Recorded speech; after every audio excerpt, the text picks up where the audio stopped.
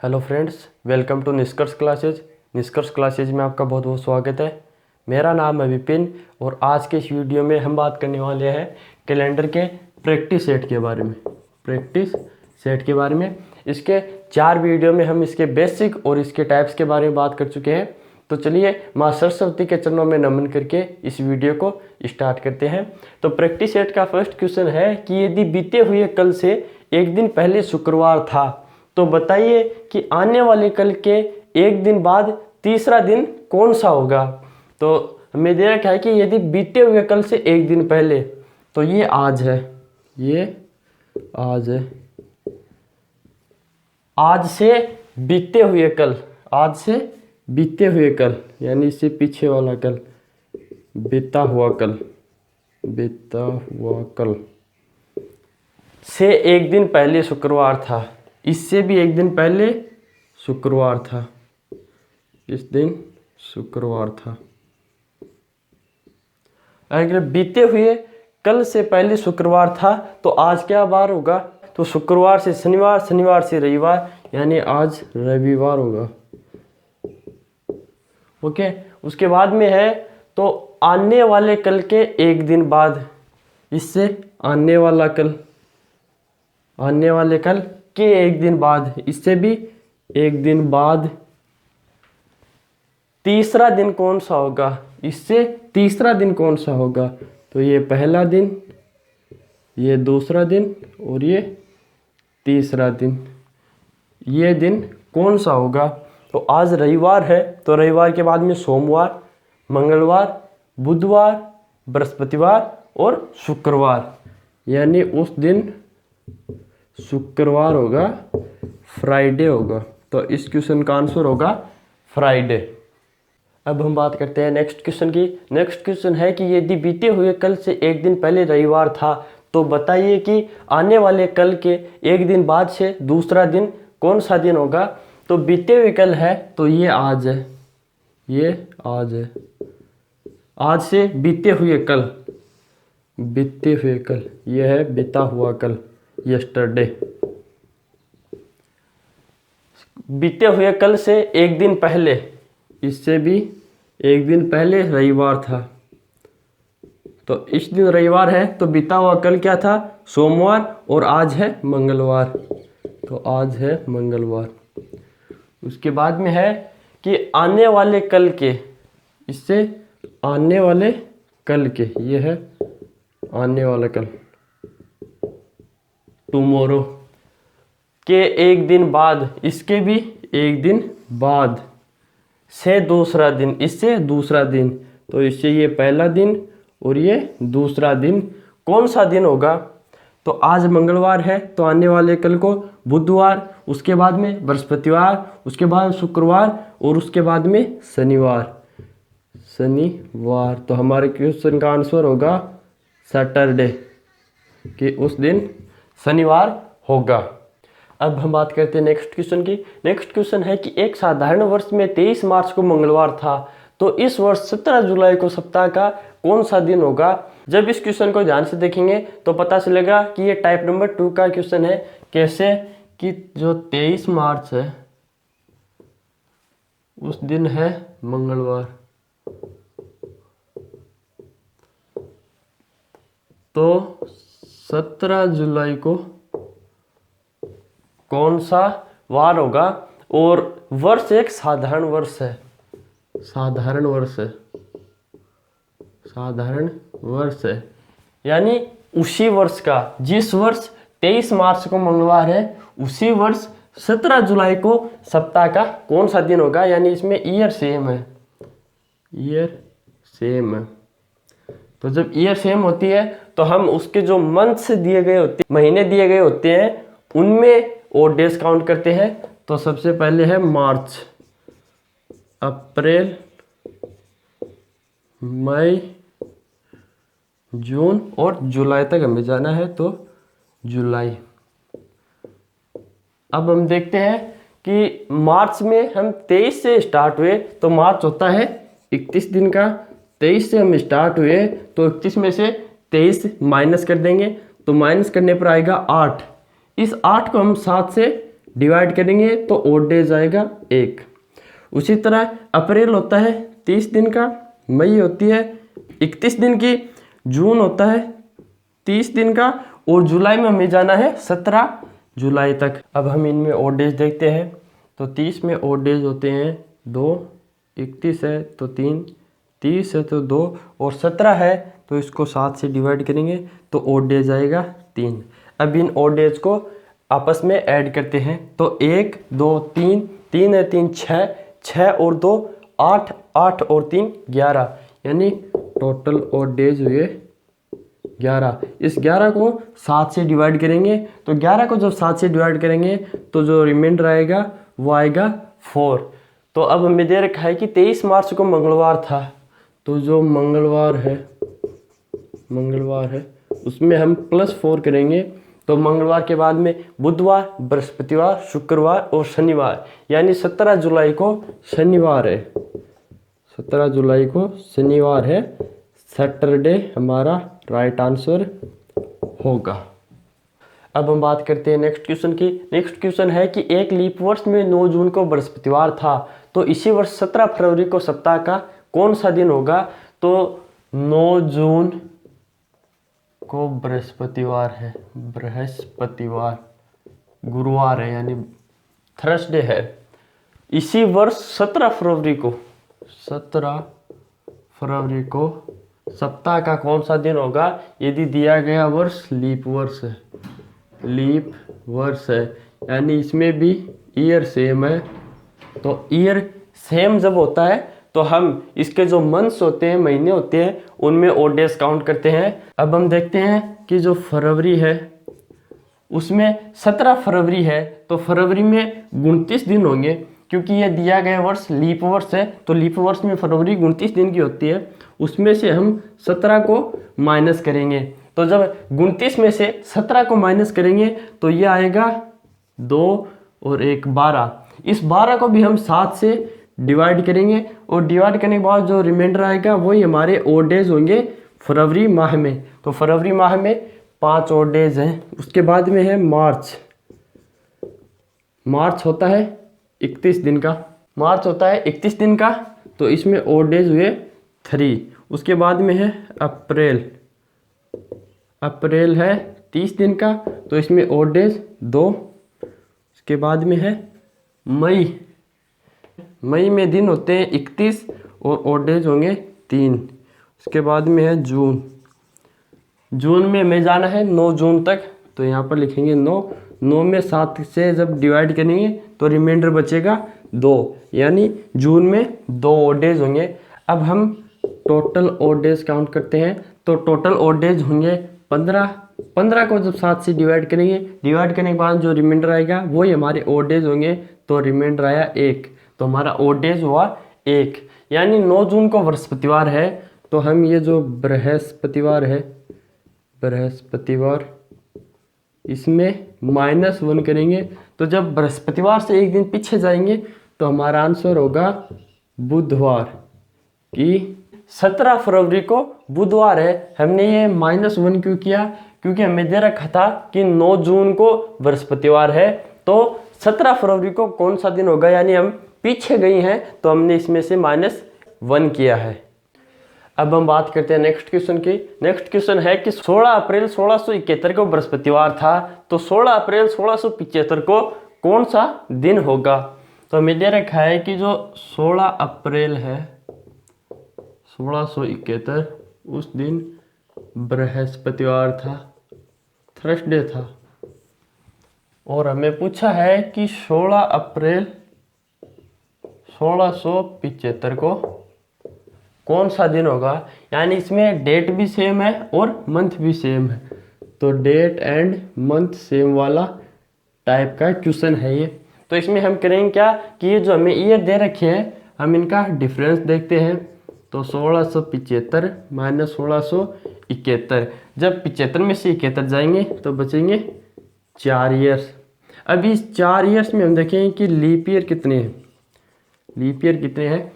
वो है 1672। अब हम इसमें ओड डेज काउंट करते हैं। तो ओड डेज होंगे कि दिए गए year plus leap year upon 7, इनको जब हम ऐड करेंगे तो ये आएगा 5। अगर 5 है तो इसको 7 से डिवाइड करने की कोई ज़रूरत नहीं है। तो हमारे ओड डेज आए 5 कि 16 अप्रैल 1671 को बृहस्पतिवार था। तो जो ये बृहस्पतिवार हमें दे रखा है बृहस्पतिवार, इसमें हम +5 करेंगे।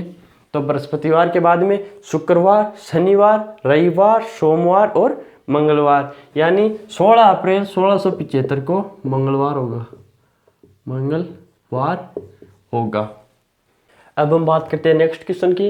नेक्स्ट क्वेश्चन है कि 6 मार्च 1949 को बुधवार था, तो 7 मार्च 1952 को कौन सा दिन होगा। तो हमें दे रखा है कि जो 6 मार्च है 1949 उस दिन बुधवार है, और हमें पूछा है कि 7 मार्च 1952 को कौन सा दिन होगा। यानी इसमें जो मंथ है वो सेम है, डेट है वो सेम नहीं है, क्योंकि इसमें है 6 मार्च और इसमें है 7 मार्च। तो हम इसको 6 मार्च तक ले लेते हैं कि 6 मार्च 1952 को कौन सा दिन होगा। उसमें हम +1 कर देंगे तो 7 मार्च का निकल जाएगा। तो इसको हम थोड़ा एक अलग मेथड से करते हैं कि 6 मार्च 1949 को बुधवार है, तो 6 मार्च 1950 को कौन सा दिन होगा। तो जब 49 से 50 पर गए तो 50 लीप ईयर नहीं है, यानी वह साधारण ईयर है। तो साधारण ईयर होता है तो साधारण ईयर में ओड डेज होता है 1, तो हम इसमें +1 करेंगे। तो बुधवार में +1 करेंगे तो यह आएगा बृहस्पतिवार, बृहस्पतिवार।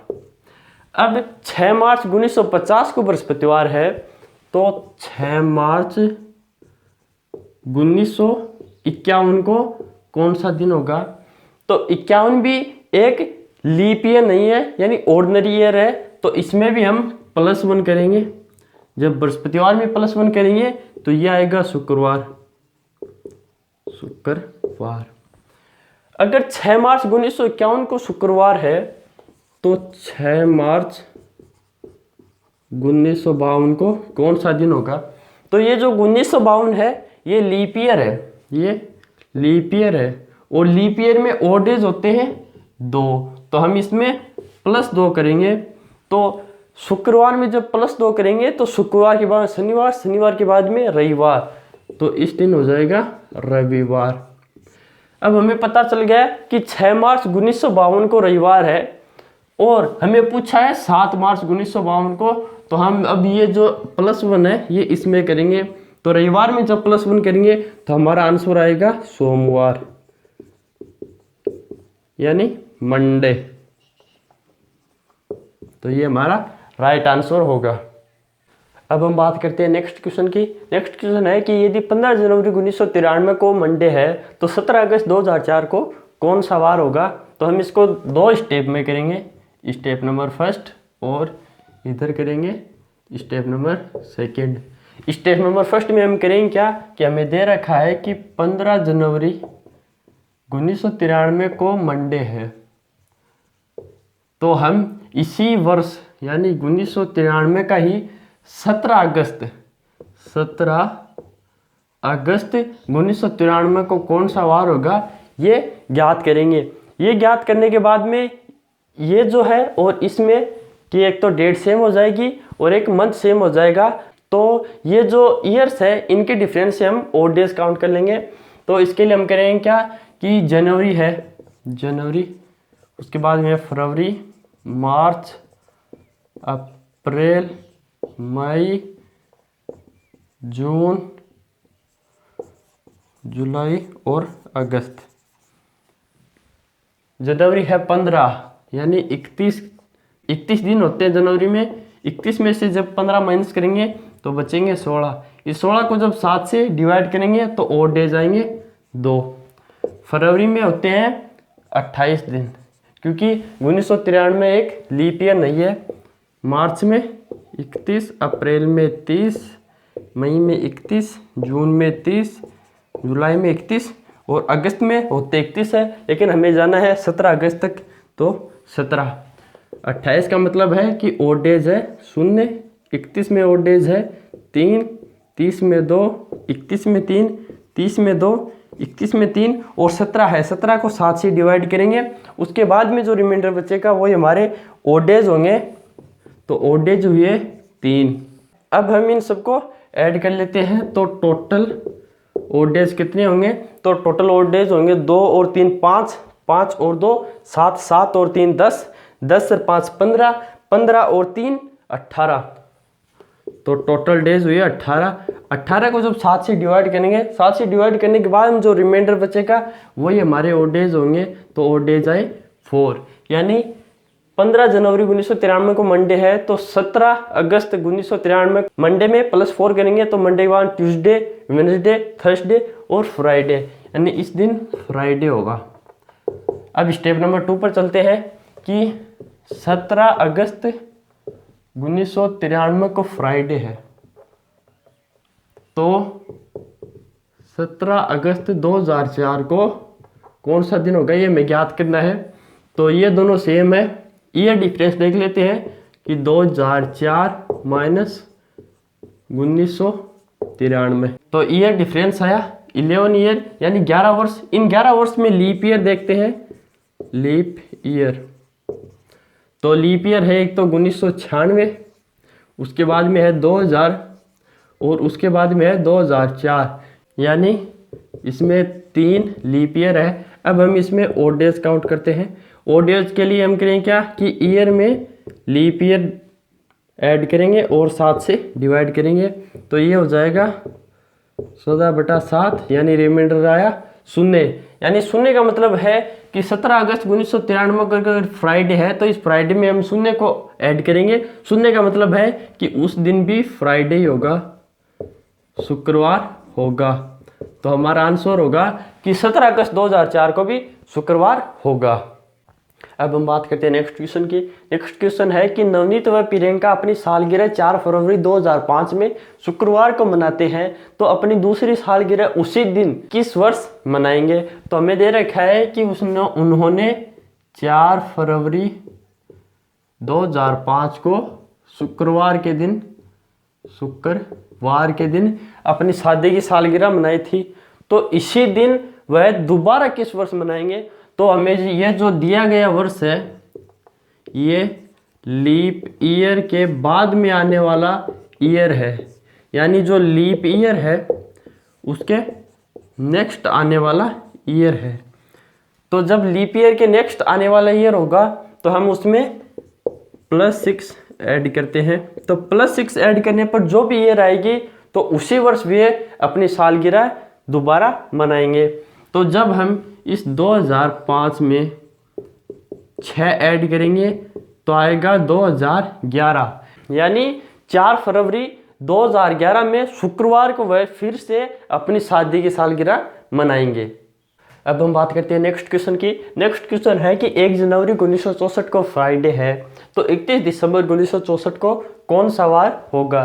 तो हमें दे रखा है कि 1 जनवरी 1964 को फ्राइडे है, शुक्रवार है, यानी ये जो ईयर है ये ईयर है लीप ईयर है।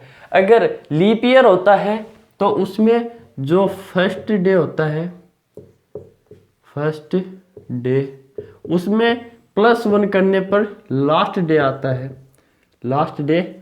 है। यानी इसका कहने का सीधा सीधा मतलब है कि किसी भी ईयर का अगर पहला दिन दे रखा है उसमें अगर हम एक दिन आगे बढ़ जाए तो वह लास्ट डे आ जाता है।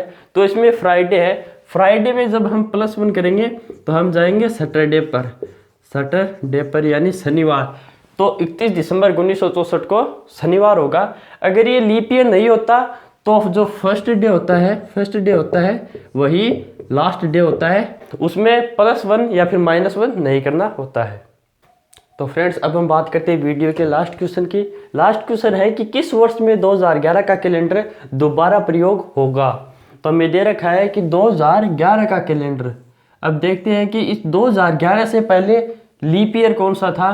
तो 2011 से पहले लीप ईयर था 2008 एक लीप ईयर था। यानी अगर लीप ईयर में हम +3 ईयर ऐड करें तब 2011 आएगा।